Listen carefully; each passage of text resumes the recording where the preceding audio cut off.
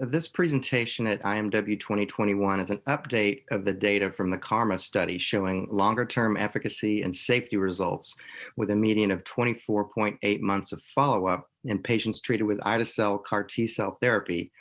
This trial was done in triple-class exposed relapsed and refractory multiple myeloma after a prior immunomodulatory drug, a proteasome inhibitor, and CD38 antibody therapy, where outcomes following other approved therapies in this population has been poor.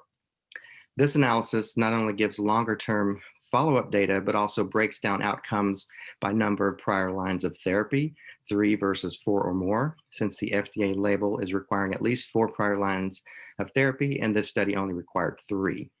As for the methodology used in this study, for ide-cel therapy, autologous peripheral blood T cells are taken from the patient by leukapheresis and modified with a viral vector to express a chimeric antigen receptor, or CAR T-cell receptor, recognizing BCMA, or B-cell maturation antigen, which is a plasma cell-specific cell surface antigen protein marker on myeloma cells and not expressed on other healthy normal tissues.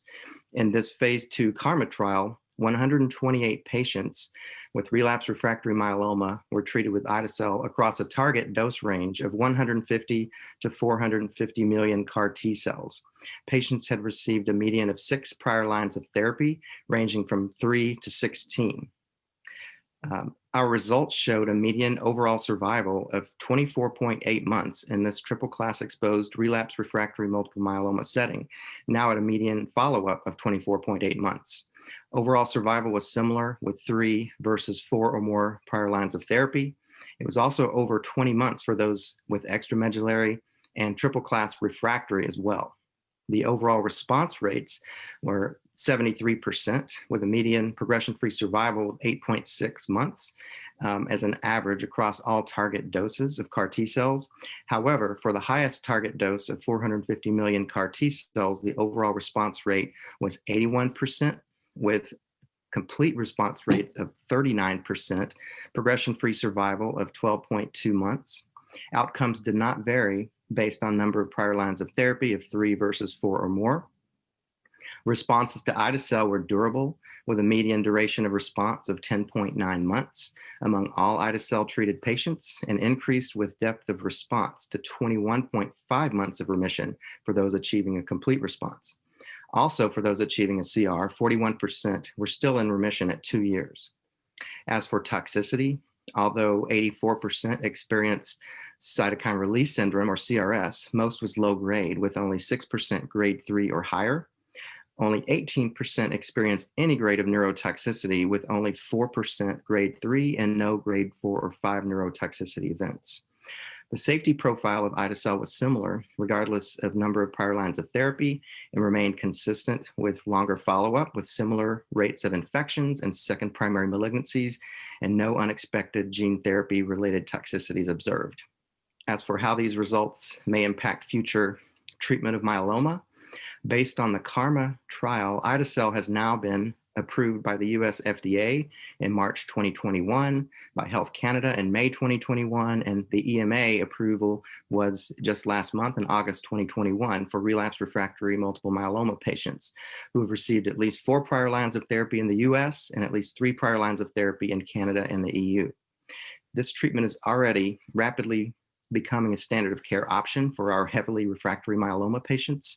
We're still trying to figure out who is the most optimal candidate to increase the odds of achieving a complete response from ide-cel, where the median duration of response, again, was 21.5 months and 41% stay in remission for at least 2 years. However, this data is giving hope for this group of patients that previously had little hope.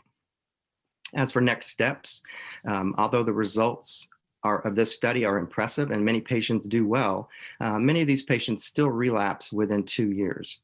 We postulate that by using ide-cel earlier in the course of the disease, when T cells may be more functional and less beaten up by many years of chemotherapy and steroids, that hopefully that will be very important. We now have studies ongoing that are giving ide-cel as third-line therapy in the KarMMa 3 trial, as second-line therapy in the KarMMa 2 trial, and even first-line therapy and the KarMMa-4 trial, where we use CAR T-cells instead of frontline stem cell transplant in patients with high-risk chromosomes.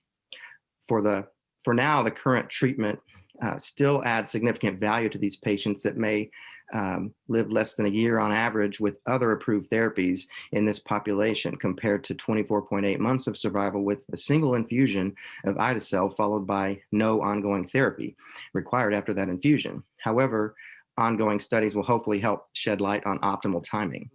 This is an exciting era of novel immunotherapeutic options for our myeloma patients that can now give them hope that did not exist before. For those that relapse after BCMA-directed therapies, there are also many ongoing trials currently being done with other CAR T-cell products, bispecific antibodies targeting non-BCMA targets like GPRC5D and FCRH5 and others. And I think in the future, we're going to see combinations of these immunotherapies and hopefully used earlier in the course of treatment, which will hopefully lead to even better outcomes.